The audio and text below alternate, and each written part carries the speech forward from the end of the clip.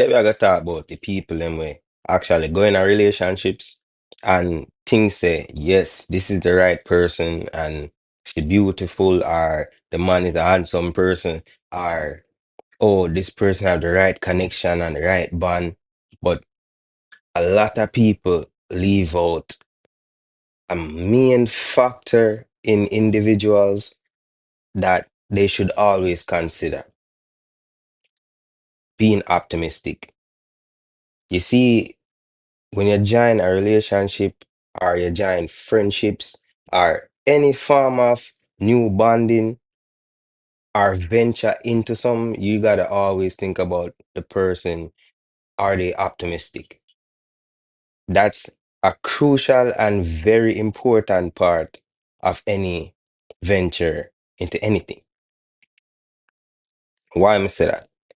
I'm gonna talk to the youths them to even begin with because this is never really talked about. You see, a person that's not optimistic don't see past certain things. And I'm not saying there's a disability or there's a dysfunction or whatever. No, you have to understand, say, certain people are just brought up like that. So, we could dive into the relationship aspect of not being optimistic. You can be a man who tell yourself, say, yes, I want to get married in 5 years. You can be a woman that tell yourself, say, yes, I want to get married in 5 years. You see me? And it could be very perfect, very fine. And you can actually find your partner now that tell that says, yes, I want to be married in 5 years. Boom. There goes a match, right? You could be a person that likes someone beautiful, like I said before, as a male, as a female now, you can be a person who likes someone handsome. Boom, you find that person, and that person, boom, click, that's a match. You can also continue by saying, oh, this person has a great career. Okay, boom, that's a match. You find the person carrying down all the traits. You could find the person with every single thing that has the perfect match. But you see, if that person is not optimistic, that's where you're going to start to find the falters. And I'm going to explain why. Now, we're going to start with one example of what you see and how you grow up. A lot of people that grow up in families that they only seen probably the highest someone has ever been was just probably owning a house, or the highest someone has ever been was just graduating from college, or and that was the success that was cheered on. No one never tried to push that other person past that capacity, or the person has probably never tried to move themselves past that capacity. So they probably said, "Oh, I graduated, I got my bachelor's degree, I made it, so I get a regular job and I'm good." So I'm not worrying about the next step, or if there's a next step. That's probably where they made their limit to be, right? Now you got to think about it like this. If your mindset is, I want to graduate from college, I want to get married, then I want to start a business, and then from the business, I want to keep going. Say you're a person that thinks of generational wealth, right? Because you're from a family where that's been the process and the steps going along. Everyone is all about their generational wealth. And you're trying to date someone that, yes, I got my bachelor's degree, and yes, I got a good job now. But their whole mindset is just to stop right there at a bachelor's degree and at a good job. And they can't see beyond that, and they're not planning to see beyond that. You could have a problem right there.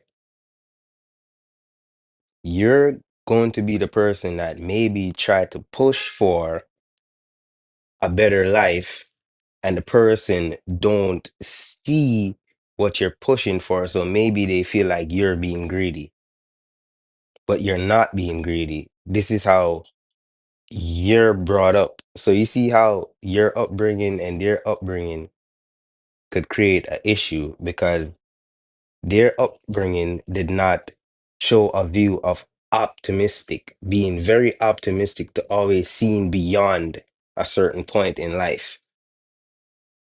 Your upbringing showed you you're supposed to be moving on up. So even when I get a business, I want two. When I get three business, I want four. You get what I'm saying? So you got to always think about it that yes, you could always be a perfect match, but sometimes the clash in your relationship is because the person is not optimistic. Now, when you put it on a friends type of level now, this is how it works. You could have a friend that says, yes, we want to get into business ventures, and yes, we want to do this and that. But once you get into the business venture, their mindset was only just to get a business and just to reap the income and just to say, okay, we have a business. But your mindset is probably into venture into more. So when you're trying to maybe bring across the point of we need to be expanding, the person is probably going to be thinking that no, because they're comfortable. They're okay in their zone, and you cannot wrong them for that because that's how they think. But you gotta always remember again, before you enter the business, you gotta think about how optimistic is the person. How optimistic is your friend? Always think about how optimistic someone is. Because now you get into the business with the person you want to keep moving forward, and then they're gonna start rejecting. And now they're gonna start thinking that you're either being greedy or one, when you start to venture to continue your life journey, they're going to think that you want to leave them out of certain stuff, which cause friction. And what caused the friction? You're being optimistic and they are not. That don't make you a bad business person and it don't make them a bad business person. It just make the whole idea of before you entered the business, was this person optimistic? You have to think about it. Was this person thinking about the future of saying, I want to keep progressing? How much of the future do you think about instead of I'm here and I'm comfortable? Like I said before, you could be in a relationship and the person that you're dating is not optimistic. So when they get to a certain level, they feel so comfortable and fine and start doing stuff that you start wondering, like, why would you do that? So now they're making certain expenses at a certain level, like they're at comfort level and you would not make that certain probably purchase or expense because you're not at a comfort level. So now you have a clash because that person in their brain is very comfortable because they think they're at where they always wanted to be in life, and that's it. You're not comfortable because you're always telling yourself there is more to this. The friends, the business part, you venture off on your own because your friend is comfortable at the level that you're at with probably the profit and the income based off everything that's going on with the business. You're not comfortable because you're saying there's more to business that you always wanted. And when you venture off, it looks like you're being a traitor to your friend, but you're not. But the whole problem is because you're not optimistic. Do you see how much optimistic could hurt a friendship, could hurt a relationship? It could hurt so many things. You have to be optimistic. And if you're not optimistic, let me rephrase that. If you are optimistic, you should always try to seek out friendship and relationships with partners that are optimistic. You should not seek out friendship with people that only see themselves at a certain level and that's their comfort zone. Because then this is where you be clashing with your partner, saying they're making too much purchases when they feel comfortable. Like it's okay to make those purchases because we're good where we're at. But in your mind, you're optimistic. So you're saying, no, we need to probably be reserved to make a new business in life, but that's not how they see it. So they start thinking you're being selfish and you're starting thinking they're being a miser and expensive when everybody is just one person is optimistic, the next person is not. Be optimistic.